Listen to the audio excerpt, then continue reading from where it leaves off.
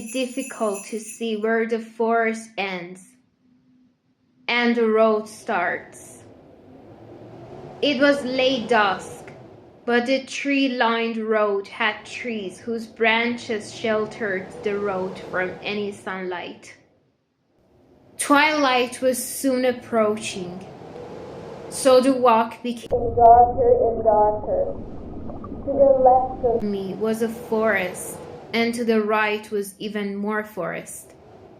The trees were so close together, you couldn't see anything, only black shadows.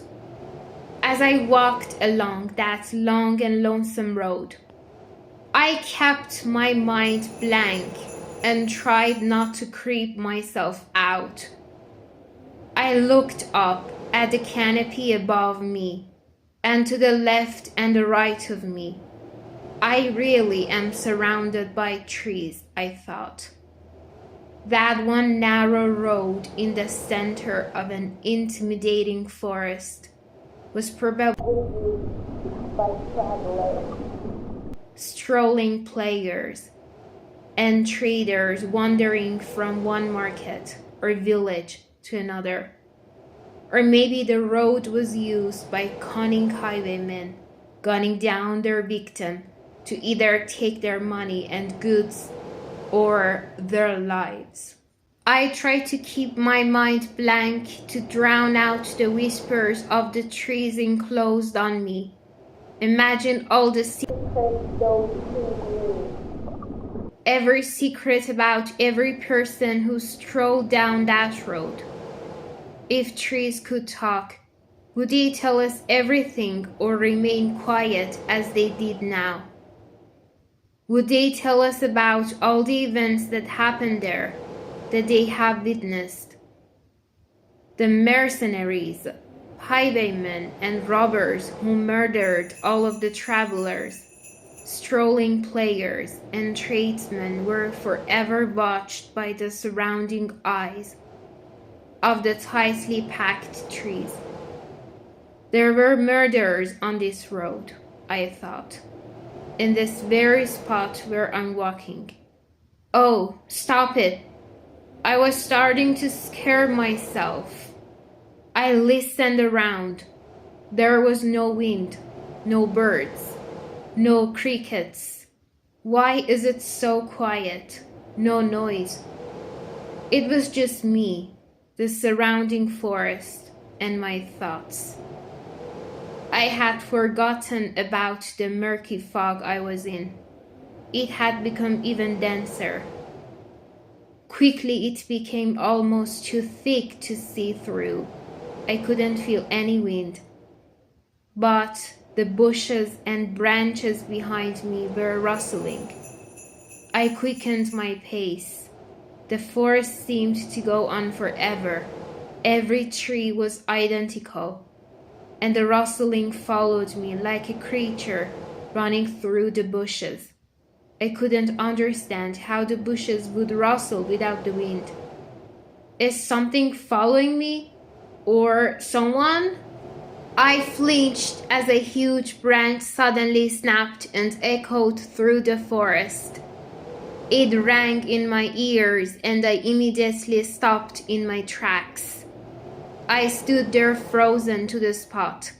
I did not move a muscle, and I could feel my heart pounding so loudly. I strained my ears to listen for any movement behind me. Someone was following me. I started walking subconsciously. I pressed on in a straight line and quickened my pace. They quickened. I slowed down to hear their footsteps, but they sped up. I panicked. I ran down the pitch dark road. I ran between the forests either side of me. I ran over the cobbles of the road, which hurt my feet as I sprinted without thinking. I didn't want to think. I didn't want to turn around.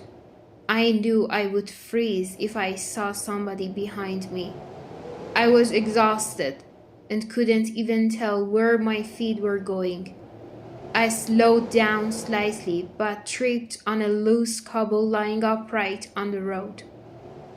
I fell to the ground and smashed my right elbow on the cobbled ground.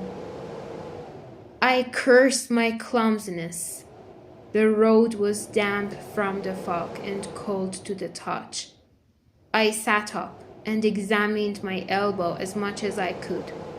It was dark, so I tried to make my eyes see more clearly, but failed. My elbow was throbbing with pain, and for a few moments I forgot about the follower. As I stood up, I searched for any figures. There was no one here. I either outran them or I imagined it. I took 2 steps back and bumped into what looked like a signpost made of extremely old rotten wood.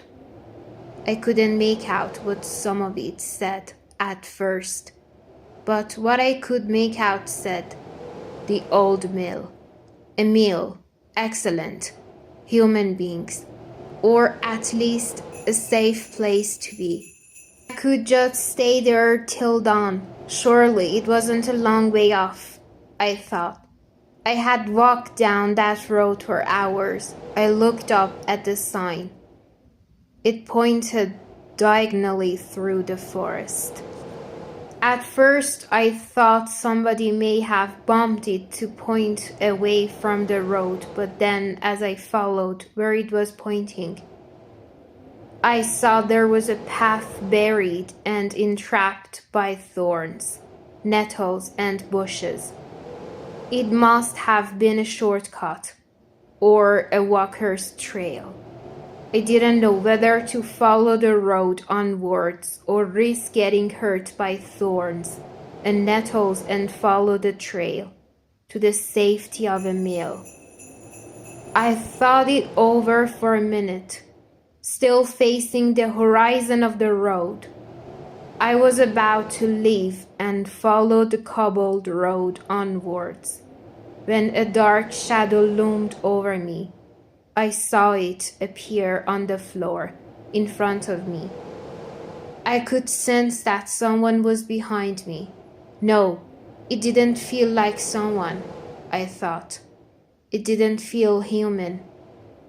I just stood there, frozen, staring at the shadow that did not belong to me.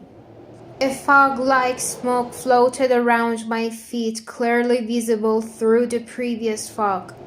In only a short amount of time did it completely cover my feet and a strange shadow. I could still sense that something was behind me. If it wanted to kill me, wouldn't it have done so already? I thought. So I inhaled a big breath and swung around sharply to see what was behind me. There was nothing here. No person, no killer. No inhuman monster out to get me. My eyes searched my surroundings, looking for anything at all. I felt so happy. I smiled. I turned and looked at the trees next to the signpost. I was trying to see through the trees as far as I could, but it was just darkness. A sudden chill flew through the air, which wiped the green off my face as the pendulum swung. I was still staring through the darkness between the trees when I don't know what, but a shadowy, smoky, demonic face came hurtling towards me. The face felt as if it literally went through me, and I screamed as I saw my fears before my eyes. The impact threw me onto the floor. I sat there, dazed and petrified, as I pulled myself together, struggled, and scary to get up, and ran as fast as I could through the thorn-entrapped trail heading towards the mill. I have never run so fast in my life. I just kept running. The fears and the face were still burned into my mind. My legs were being scratched and my trousers were ripped in many places. I was bleeding everywhere as I ran through the forest following the trail. I ran up and over a small hill. As my eyes adjusted to light, there it was, the old mill. I'm nearly there, I thought. Come on. The nettles and thorns disappeared and the forest floor turned into soft grass. I was in open air, no forest, just an old mill. I still pictured that demonic face. I was still petrified. I could still hear rustling in the forest. Maybe that face was following me again, I thought. No, not again. I finally reached the mill. I stammered to open the huge barn doors. I pulled up the heavy wooden bolt, opened the door and raced in. I walked away from the door, backwards. Nothing is going to hurt me here, I thought. I'm safe. My heart was pounding so loudly I thought it would explode. I heard a low rumbling behind me. I slowly and hesitantly turned around. A huge strange shadow emerged from under the door. It glided slowly towards me.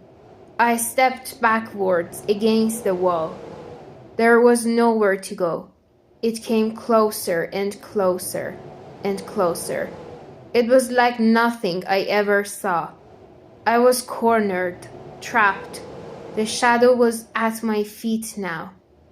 It sucked itself up through my legs. It froze me to the spot. Tears were running down my face as it made its way up through my body. It felt like it was sucking everything out of me. The pain was excruciating, unbearable. I could feel the shadow flowing through my veins, but felt like sharp knives instead of an untouchable shadow. The monster flowed up through my blood-stained legs, through my hips, through my torso. My heart stopped. No heartbeat. It made its way up my neck and into my skull. As it hit my brain, it felt like it was sucking all the life out of me. It floated out of the top of my head, and as the last inch of the shadow left my body, I fell to the ground. Nothing. No heartbeat. No life. No warmth. No soul. That's what it does, the wraith. It takes multiple forms to manipulate its victims, but it's commonly seen in its shadow form, either as a stalking shadow upon the ground or a rotting corpse in the guise of a shadow. The wraith does not know the meaning of mercy. By causing unbearable pain, it sucks the soul out of your body and your body disappears into the ground. The wraith takes your body to feast on in the underworld. All that is left is your shadow, imprinted into the ground, permanently